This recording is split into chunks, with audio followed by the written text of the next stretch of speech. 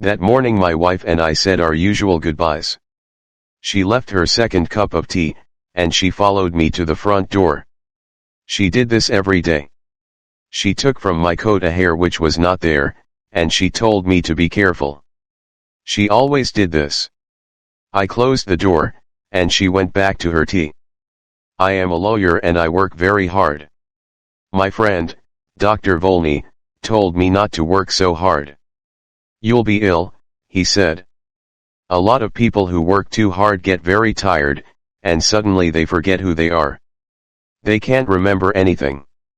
It's called amnesia. You need a change and a rest. But I do rest, I replied. On Thursday nights my wife and I play a game of cards, and on Sundays she reads me her weekly letter from her mother. That morning, when I was walking to work, I thought about Dr. Volney's words. I was feeling very well, and pleased with life. When I woke up, I was on a train and feeling very uncomfortable after a long sleep. I sat back in my seat and I tried to think. After a long time, I said to myself, I must have a name. I looked in my pockets. No letter. No papers. Nothing with my name on. But I found $3,000. I must be someone, I thought. The train was crowded with men who were all very friendly. One of them came and sat next to me. Hi. My name's R.P. Boulder. Boulder and Son, from Missouri. You're going to the meeting in New York, of course? What's your name? I had to reply to him, so I said quickly, Edward Pinkheimer from Cornopolis, Kansas.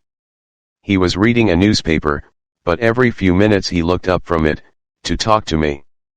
I understood from his conversation that he was a druggist, and he thought that I was a druggist, too. Are all these men druggists? I asked. Yes, they are, he answered.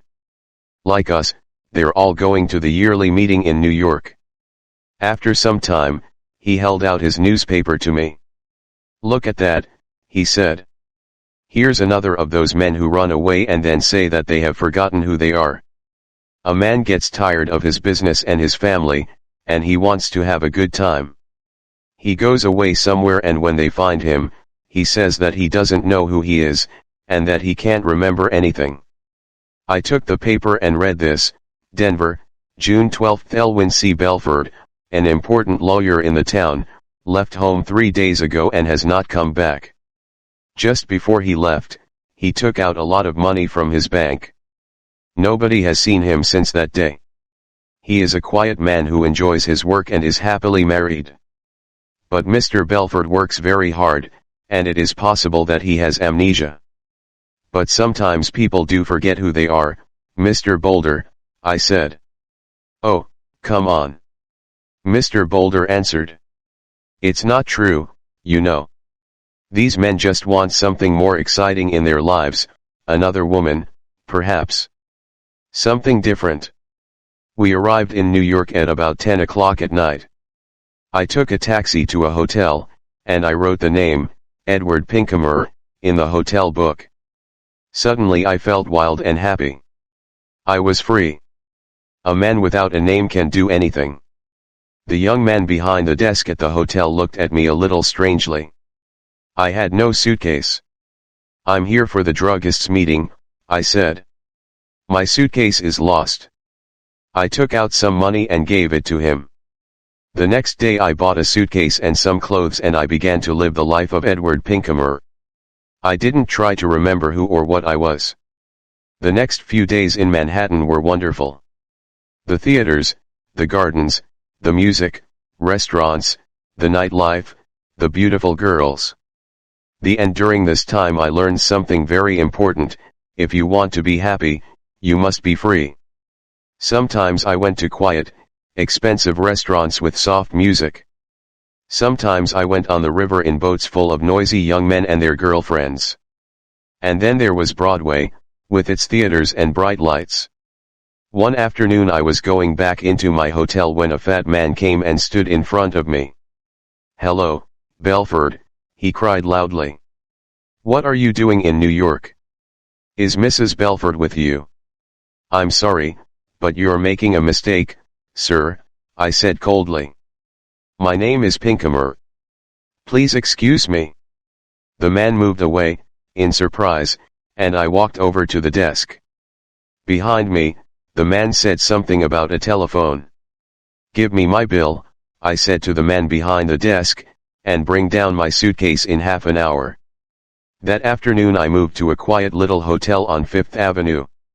One afternoon, in one of my favorite restaurants on Broadway, I was going to my table when somebody pulled my arm. Mr. Belford, a sweet voice cried. I turned quickly and saw a woman who was sitting alone. She was about 30 and she had very beautiful eyes. How can you walk past me like that, she said. Didn't you know me? I sat down at her table. Her hair was a beautiful red, gold color. Are you sure you know me? I asked. No, she smiled. I never really knew you. Well, my name is Edward Pinkham, I said, and I'm from Kansas. So, you haven't brought Mrs. Belford with you, then, she said, and she laughed. You haven't changed much in 15 years, Elwyn, she said. Her wonderful eyes looked carefully at my face. No, she said quietly, you haven't forgotten. I told you that you could never forget. I'm sorry, I answered, but that's the trouble. I have forgotten. I've forgotten everything. She laughed.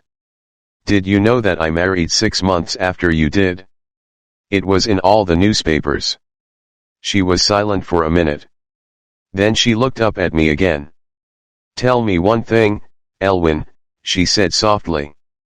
Since that night 15 years ago, can you touch, smell, or look at white roses, and not think of me? I can only say that I don't remember any of this, I said carefully. I'm very sorry. I tried to look away from her. She smiled and stood up to leave. Then she held out her hand to me, and I took it for a second. Oh yes, you remember, she said, with a sweet, unhappy smile. Goodbye, Elwyn Belford. That night I went to the theater, and when I returned to my hotel, a quiet man in dark clothes was waiting for me. Mr. Pinkham, he said, can I speak with you for a minute? There's a room here. I followed him into a small room. A man and a woman were there. The woman was still beautiful, but her face was unhappy and tired. I liked everything about her. The man, who was about 40, came to meet me. Belford, he said, I'm happy to see you again. I told you that you were working too hard. Now you can come home with us. You'll soon be all right. My name, I said, is Edward Pinkham. I've never seen you before in my life. The woman cried out, Oh, Elwyn. Elwyn. I'm your wife. She put her arms round me, but I pushed them away. Oh, Dr. Volney. What is the matter with him? The woman cried. Go to your room, the doctor said to her. He'll soon be well again. The woman left, and so did the man in the dark clothes. The man who was a doctor turned to me and said quietly, Listen. Your name is not Edward Pinkham. I know that, I replied, but a man must have a name. Why not Pinkham? Your name, the doctor said, is Elwyn Belford. You are one of the best lawyers in Denver, and that woman is your wife. She's a very fine woman, I said, after a minute. I love the color of her hair. She's a very good wife, the doctor replied. When you left 2 weeks ago, she was very unhappy. Then we had a telephone call from a man who saw you in a hotel here. I think I remember him, I said. He called me Belford. Excuse me, but who are you? I'm Bobby Volney. I've been your friend for 20 years, and your doctor for 15 years. Elwyn, try to remember. You say you're a doctor, I said. How can I get better? Does amnesia go slowly or suddenly? Sometimes slowly. Sometimes suddenly. Will you help me, Dr. Volney? I asked. Old friend, he said, I'll do everything possible. Very well.